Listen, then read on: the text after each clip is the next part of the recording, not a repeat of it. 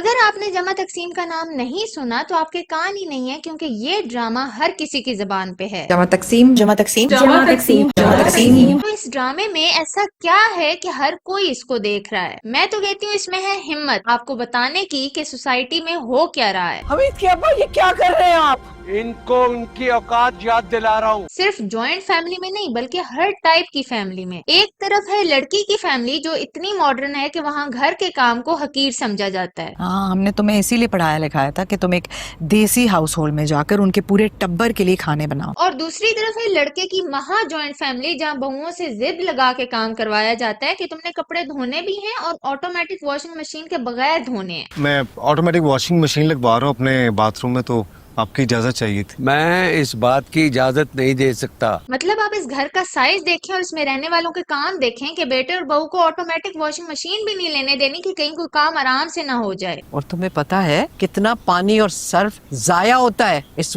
Automatic washing machine में? और जब बहुएं अलग हो जाती हैं तो फिर वही रोना धोना और बेचारा बन जाना कि हम अकेले पड़ गए। अपने और तुम्हारे काम खुद करने की आदत डाल लो। और क्यों? अब इस घर में तुम्हारे और मेरे अलावा कोई नहीं रहेगा। यार जब आप अकेले नहीं थे तो आप क्या कर रहे थे? आपके पोते ने अपनी कजन को आपके घर में छेड़ा, उसको हरास किया और वो आपके नजदीक इतनी बड़ी बात ही नहीं थी। उल्टा सब मिलके उसी बच्चे के माँ बाप को कह रहे हैं कि इन दोनों की शादी करा देते हैं। मैंने उसी दिन फैसला कर लिया था कि ये मेरी बेटी है, मेरी जीशान की दुल्हन। जब आप ये कुछ करोगे तो बेटा आप पे फूल निछावर करेगा। मैं बस अब अपनी और अपनी बच्चियों की इज्जत नफ्स और इज्जत बचाना चाहता हूँ। उसकी बेटी के ऊपर उसके कजन ने गंदी नजर डाली है और आपको पड़ी हुई है सोसाइटी में अपनी इज्जत की। तो जब वो अपने बीवी बच्चे लेके अलग होने लगा है तो आप एक्ट ऐसे कर रहे हो जैसे ज्यादती तो आपके साथ हुई है। अगर तुम निकलना चाहते हो ना तो निकल जाओ। बहुत कम शोज ऐसे होते हैं जिनमें हिम्मत होती है ये दिखाने की कि बुजुर्ग भी गलत हो सकते हैं और अपनी ही गलतियों की वजह से खुद को आखिरी उम्र में अकेला कर देते हैं। हम क्या करेंगे रफीक साहब, आपने क्या कर दिया? लेकिन इसके अलावा भी ये शो हमें बहुत सी जगहों पे आईना दिखाता है। लेकिन इस वक्त मैं आईना देख रही हूँ जहाँ मुझे अपना छोटा सा चैनल नजर आ रहा है जिसके 1000 सब्सक्राइबर्स भी नहीं है। तो मेरे चैनल को जरूर सब्सक्राइब करें ताकि मैं और भी ऐसी वीडियोस बना के आप तक पहुंचा सकूं। खैर मैं ये कह रही थी कि ये शो हमें हर तबके और हर टाइप के लोगों के बारे में बताता है। मतलब जो लड़की की फैमिली है वो शुरू से अलग रहने वाली है लेकिन उसके अपने मसले हैं। परसों मुलाकात हुई थी आप दोनों से। मेरे एक दो बहन भाई होते तो मैं इतना अकेला महसूस ना करती। ऊपर ऊपर से तो वो मॉडर्न और आजाद ख्याल हैं लेकिन अंदर अंदर से उनको क्लासिज्म का कीड़ा लगा हुआ है। मुझे तो चंद घंटों में उन लोगों के साथ सफोकेशन महसूस होने लगी थी। वो खुद को दूसरों से बेहतर समझते हैं। और प्लीज ये अपनी अनपढ़ सास के साथ तो तुम मुझे मत कंपेयर करो।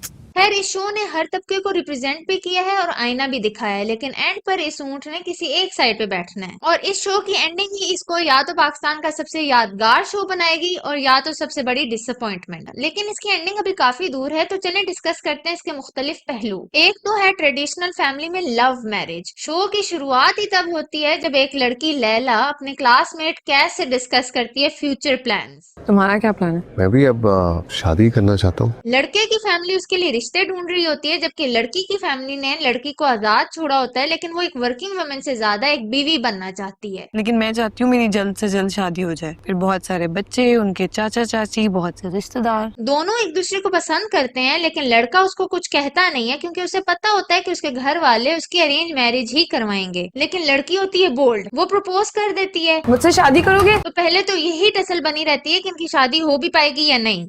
अब्बा जी मैं उससे शादी करना चाहता हूँ। आज तक हमारे खानदान में किसी ने खानदान से बाहर शादी नहीं की। तुम ये नया रिवाज डाल रहे हो। देखो लैला, उनके घर में एक हुजूम होगा। उनका लाइफस्टाइल और तुम्हारा माहौल मैच नहीं करता। उसमें ये भी दिखाया जाता है कि दोनों घरों में कितना डिफरेंस है। एक तरफ लड़के का खानदान है जिसमें तारीख सेट करने के लिए भी पूरी बारात निकल पड़ती है। सब जाएंगे ताकि तुम्हारे ससुराल वालों को पता चले कि हमारा खानदान कैसा है। और दूसरी तरफ लड़की का खानदान है जो कि इतना छोटा है कि शुरू होने से पहले ही खत्म हो जाता है। जब लड़के वाले अपना टब्बर लेके उनके घर जाते हैं तो उनके पास तो जगह ही कम पड़ जाती है। वैसे लोग ज्यादा हो गए बेगम और हमारी टेबल छोटी पड़ गई है। तो खैर इतना डिफरेंस होने के बावजूद इन दोनों की शादी हो जाती है, लेकिन यहाँ असली कहानी शुरू होती है। बॉलीवुड और हॉलीवुड में शादी होना हैप्पी एंडिंग होती है, लेकिन ये ड्रामा में दिखाता है कि असली इम्तिहान तो शादी के बाद शुरू होता है। पहले तो लड़की को खाना बनाना नहीं आता जिसका नतीजा ये निकलता है। यार इस बोटी को तोड़ने के लिए दांतों की नहीं कैंची की जरूरत है। क्यों कैस? ऊपर से उस घर की बहुओं की अपनी जंग चल रही होती है। एक बेचारी बहू सादी सी होती है, उसका कोई मेका नहीं, कोई एजुकेशन नहीं, तो दूसरी उसको अपने रोब में रखती है। 3 कप चाय बनाने में 3 घंटे लगा दिए तुमने। और रोब में रखने वाली का रोब होता है इस बेसिस पे कि उसका मियाँ सबसे ज्यादा अमीर और घर के बिजनेस में सबसे ज्यादा पैसे लगाने वाला है। जब मैं कुवैत में था तो मेरे ही भेजे हुए पैसों से आपने फैक्ट्री और ये घर बनाया था। अब ये नई बहू बन के आती है तो इसको नहीं पता होता कि इस घर में कितनी सियासतें हो रही हैं। लेकिन जैसे जैसे उसकी आंखें खुलती हैं तो उसको समझ में आता है कि इस घर में तो हर कदम सोच सोच के रखना है। भाई देखो, अगर तुमने अपने मियाँ के लिए कॉफी शॉफी बनानी होती है ना, तो अपने लिए अलग से दूध मंगवा लिया करो। तो शो का शुरू वाला हिस्सा इसी की गिर्द घूमता है कि ये इस घर में सरवाइव कैसे करेगी। खाने में क्या बना दूं? प्लीज कुछ आसान सा बताइएगा। आप लोगों को पता है मुझे बिल्कुल खाना बनाना नहीं आता। लेकिन फिर उसके मियाँ को कंपनी की तरफ से एक घर मिलता है तो वो ऑफर करता है कि यार तुम्हें मैं अलग रख लेता हूँ। कंपनी की तरफ से मेरी प्रमोशन हो गई और घर भी अलॉट हुआ, तो मैं और लैला वहाँ शिफ्ट हो रहे हैं। और यहाँ होता है पहला कलेश। माँ बाप को, भाइयों को छोड़ के जाना चाह रहे हो? और अगर आपको वीडियो मजे की लग रही है तो लाइक जरूर करें ताकि YouTube इसे और लोगों तक भी पहुंचाए। खैर, लड़के के अलग हो जाने पे होता है एक महाकलेश। और ये ऑफिस का बहाना मत करो, साफ कहो कि तुम्हारी बीवी इस घर में रहना नहीं चाहती। तो लड़के वाले शादी पे राजी इसलिए हुए थे कि कहीं लड़का भाग के शादी ना कर ले। बहू ने वो बेटी बना कर लाई थी, क्या पता था कि ये बेटी मेरा बेटा ही छीन लेगी। लड़के के वालिद को था कि लोग तो हमारे इत्तेफाक की मिसालें देते हैं, तो इस इत्तेफाक को मेंटेन रखने के लिए लड़के को अपनी मर्जी की लड़की लाने दो। अब वो लड़की को लेके अलग हो रहा है जबकि उसकी शादी में फैमिली बिजनेस का भी अच्छा खासा पैसा लगा होता है। सजावट, मेहंदी, माइयों, कुल मिलाकर सब कुछ 60 लाख रुपए खर्चा आया है। तो काफी टेंस माहौल बना होता है, लेकिन लड़का आखिरकार अलग हो ही जाता है। अपना सामान बांधो और निकलो यहाँ से। फिर शुरू होता है अगला इम्तिहान। लड़का अपने घर में राजा बेटा बन के रहता था। भाभियां इतना काम करती थी कि उसको कोई कमी महसूस ही नहीं होती थी। जबरदस्त भाभी, जुब जुब जी हैं आप जैसा बल वाला पराठा पूरी दुनिया में कोई नहीं मिला। अब वो शहरी लड़की लेके अलग होता है तो उसे कमी ही कमी दिखती है। लड़की अपनी पूरी कोशिश करने के बावजूद भी वो नहीं कर सकती जो उसकी सुगड़ भाभियां करती थी। खाना दे दो यार, भूख लगी हुई है मुझे। सफाई के लिए मेड नहीं आई और खाना जल गया। What? ऊपर से उसके ऊपर अपने माँ बाप से अलग होने का भी इमोशनल बर्डन होता है, तो बस फिर थोड़ी सी अनबन पे वो अपनी बीवी पे फट पड़ता है।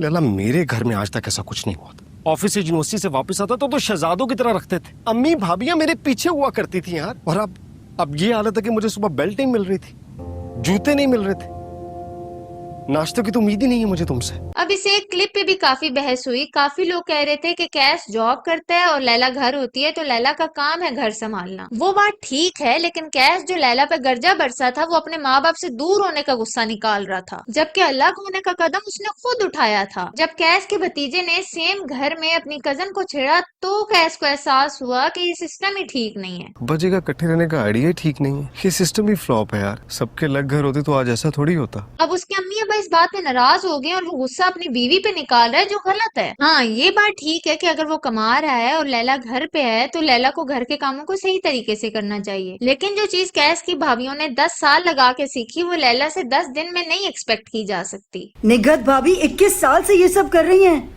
और राशिदा भाभी को 17 साल हो गए हैं। घर 2 तरीकों से चलाए जा सकते हैं, दहशत से या प्यार से। क्या तुम्हें खानदान की इज्जत का कोई ख्याल नहीं है? अब जी इसमें खानदान की इज्जत कहाँ से आ गई? मैं तो उसकी चुप करो। दहशत से जो घर चलाते हैं ना वो वक्ती तौर पे तो अपनी बहुत सारी बातें मनवा लेते हैं, लेकिन जैसे जैसे वक्त गुजरता है उनकी दहशत कम होना शुरू हो जाती है। कम से कम अपने शौहर को शौहर का दर्जा तो दे सकती हो, या वो भी नहीं कर सकती। फिर वो एक जमाने का दहशत वाला मर्द अपने ही घर में एक खामोश परछाई बन के रह जाता है। औलाद को तो तकसीम कर रहे हैं आप। मैं तकसीम नहीं कर रहा, वो खुद यहाँ नहीं रहना चाहते। बच्चे भी पास नहीं लगते क्योंकि दिल में डर होता है। कोई बात नहीं करता क्योंकि कभी किसी को शेयर करने की हिम्मत नहीं होती। और फिर इंसान कहता है कि मेरी औलाद तो मेरे साथ नहीं बैठती। और दूसरी तरह घर चलाया जा सकता है प्यार से। और वैसे भी हमने हमेशा लैला की हर बात मानी। अब जिंदगी के अहम फैसले पर हम उसकी राय रख तो नहीं कर सकते। उसमें आपको टाइम लगता है और आप अपनी सारी बातें मनवा भी नहीं सकते, लेकिन जो कसर कामों में रह जाती है ना वो दिल की कुर्बत में पूरी हो जाती है। और फिर जब आपके बच्चे जवान हो जाते हैं, कमाई वाले हो जाते हैं, वो फिर भी आपकी मानते हैं, किसी मजबूरी में नहीं,